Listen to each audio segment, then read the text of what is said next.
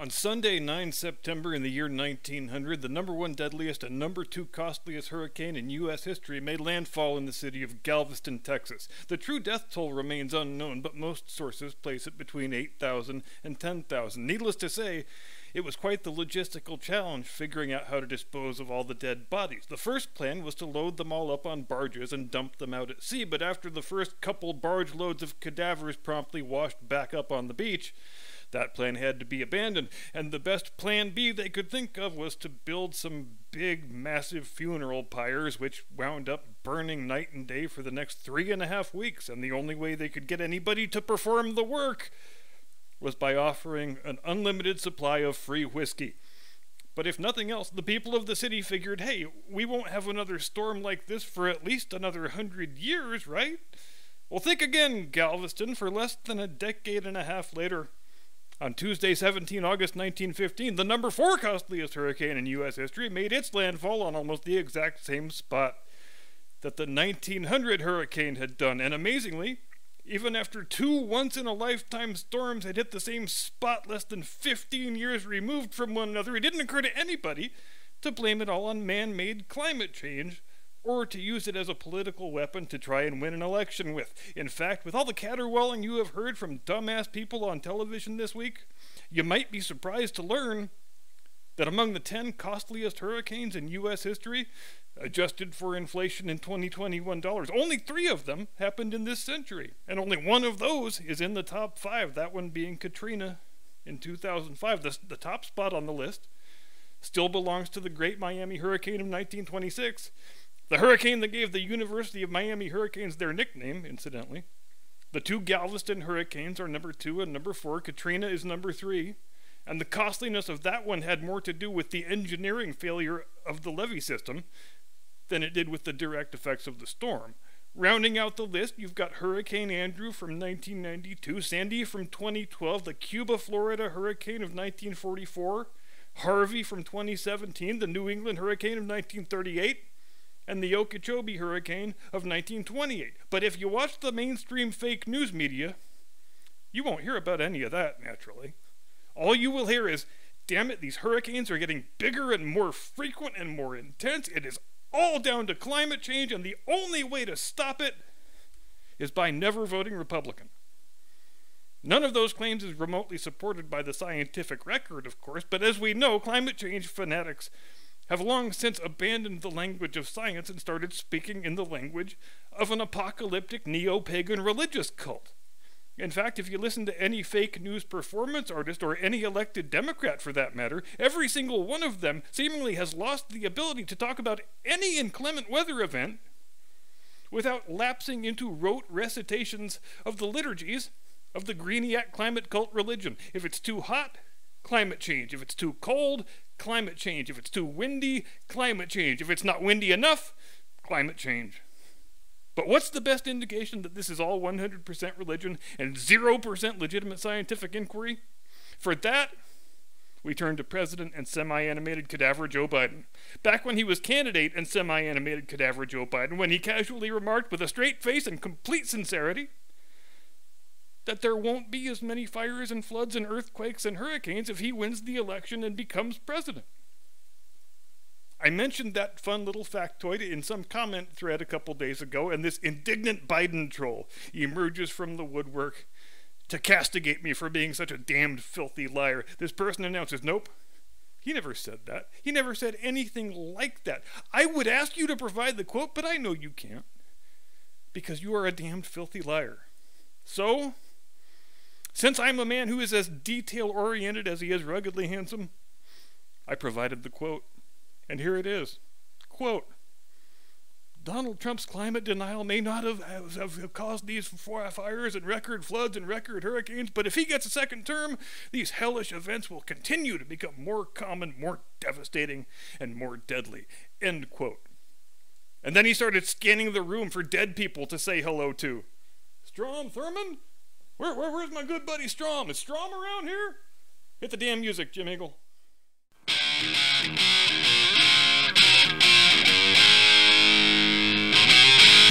From high atop the battlements of Castle Curmudgeon, where we can proudly report that the moral stain of our climate denial has raised the global mean temperature by 3/10 of 1 degree. Good evening, Mr. and Mrs. America, and all ships at sea. Welcome to the program. Happy Friday.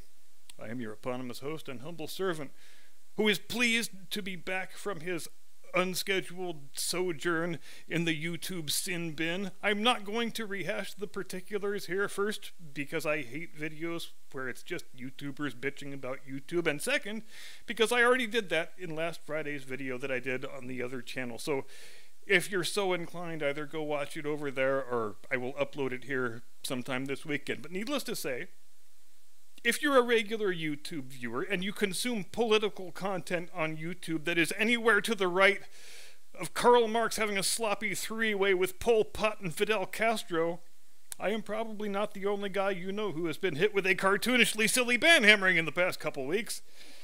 There is an election coming up, after all, and we can't have people being exposed to unwanted ideas that might impel them to vote the wrong way. Hell, they even banned Russell Brand the other day. Russell freaking Brand! Aldous Snow from Infant Sorrow, who's become a really pretty incredibly popular YouTuber in a fairly short time, and he doesn't really have any political bent of which to speak. He certainly is not the type of commentator whom you would expect to get banned over COVID misinformation in a video from, I think it was sometime early last year. Those bans normally get reserved for dissident medical doctors and Republican elected officials. And speaking of Republican elected officials, Jackie Walorski used to be one of those. She was a 9-term congresswoman from the Indiana 2nd District, and about 7 weeks ago, she got killed in a car wreck, along with a couple of other people. President and semi-animated cadaver Joe Biden, or at least the purple-haired genderqueer Zoomer who runs Joe Biden's social media operation, tweeted out several times that he was grieved to hear of Representative Walorski's tragic death. But that didn't stop our man Joe. And God, if cognitive decline was an Olympic sport, he would be freaking Jesse Owens from scanning the room the other day during a White House event and wondering out loud whether Jackie Walorski was present. Now, first off, yes, this is about as low-hanging as Joe Biden's fruit ever gets. I do apologize for that mental image, by the way. The fruit on Joe's tree hangs pretty low to the ground, even on the best of days, such as they are, so I am deeply ashamed that I am remarking on it, because it's not like it's any sort of challenge, comedically speaking. Making fun of Joe Biden is like bragging to your high school buddies that you just kicked the shit out of the retarded kid in the wheelchair. No, fuck you. I never did anything like that. I put one kid in a trash can one time. He was able-bodied, not retarded, and I only did that because he made a remark that besmirched the honor of Lady Curmudgeon. So really, it was my chivalric duty to put him in that trash can. It's probably why she married me. Well, that and the rugged handsomeness and the gigantic penis. Now, our friend Baghdad Buckwheat, the unconscionably inept White House press secretary, she was given the unenviable duty of putting the lipstick on the pig and telling the assembled press corps that they can't believe their lying eyes and their lying ears. Because when Joe Biden surveyed the room and muttered, "Where's Jackie? Is she here?" that was merely his very touching, very personal way of indicating to those present that the late Mrs. Walorski was with them at the event in spirit. So if it looked to any of you like the President of the United States is a senile, bumbling buffoon who forgot a dead woman was dead and increasingly has trouble figuring out whether he is supposed to exit the speaker's rostrum, stage left or stage right, that is your problem. You just need to get over your damn prejudices and stop being such an ageist piece of garbage. And look, I don't have the faintest idea who actually runs the comms operation at 1600 Pennsylvania Avenue, but whoever that person is, I would like to remind them that these 7 words exist. We have no comment at this time. You used to hear that line a hell of a lot from White House press secretaries and other government spokespeople as well. If a question catches you off guard, or there's no way to answer it without making your boss look bad, those 7 words, they are the best arrow in your quiver, the magic utility wedge in your golf bag. We have no comment at this time. It's simple, it's elegant, it's true, it requires no deception, no false promises are attached to it. You are the White House. You are allowed to have no comment. Having no comment looks one hell of a lot better than a flustered young woman who is clearly out of her depth, frantically rifling through a binder while blathering incoherently, hoping there will be something written on one of the pages that can save her somehow. And it looks orders of magnitude better than fucking lying out your ass and insulting the intelligence of everybody in the room and everybody in the TV audience. Joe Biden, he forgot this lady was dead. That is what happened. Literally everyone knows that. When you say something otherwise, because you have some weird belief that it's your job to pretend this confused old man is actually in full command of his faculties and never makes any embarrassing blunders, you did know you were going to work for Joe Biden, right? And you're going to start pissing off the last group of people you ever want to be pissing off, and that's the White House press corps, whom you very much need to remain non-hostile and fully on your side. But the room got angry this time. You could tell the room was angry. This was a room full of fake news performance artists saying, look, we're all team players here, we're all devoted Democrat Party functionaries, but just the same, don't abuse that privilege that we afford you. Don't piss on my leg and tell me it's raining. Don't tell me I didn't just see a mentally enfeebled man get confused and forget somebody was dead, because I did see that, and I damn well know I saw it. You have to help us at least go through the motions and pretend to be engaged in actual journalism here, because what we do in here each day, this time-tested ritual of the White House press briefing, it's a lot like pro wrestling. We pretend to have an adversarial relationship and be each other's enemy, but in reality, we are all on the same team. We're all going to be getting changed in the same locker room after the show and going to the same restaurant and the same bar together.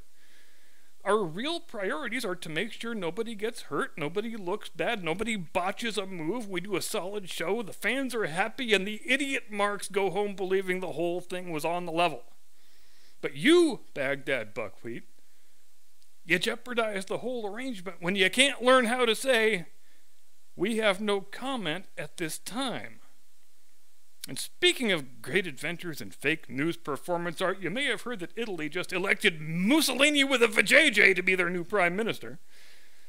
Because if there's any core principle of fake news performance art that transcends national boundaries and even linguistic divides, it is that any time a remotely right-of-center candidate wins a major election anywhere in the world, it's basically the reincarnation of Adolf Hitler. Except they had to swap out Hitler for Mussolini with Giorgia Meloni because, of course they did.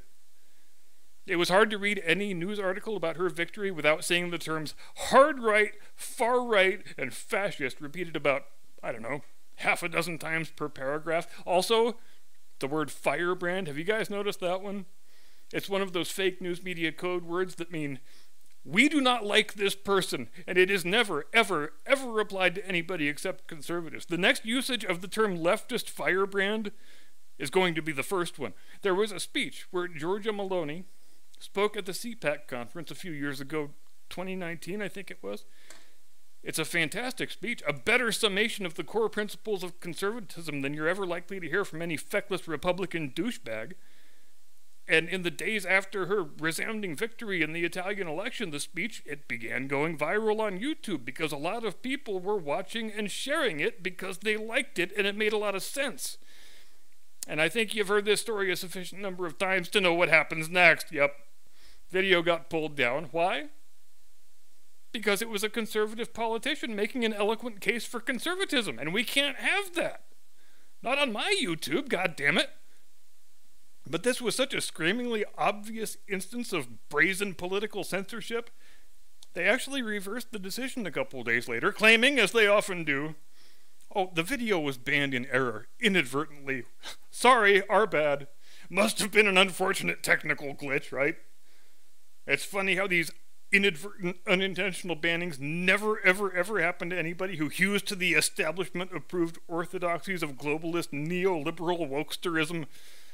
But I'm sure that is just a stupendously improbable coincidence. But the fact that the establishment had such fear struck into its heart by this one speech by this one Italian lady, it evinces the desperation, and unintentionally, the self-awareness that is being experienced by the forces of globalist neoliberalism, who understand at this point beyond any inkling of a doubt that they are the custodians of a failed ideology.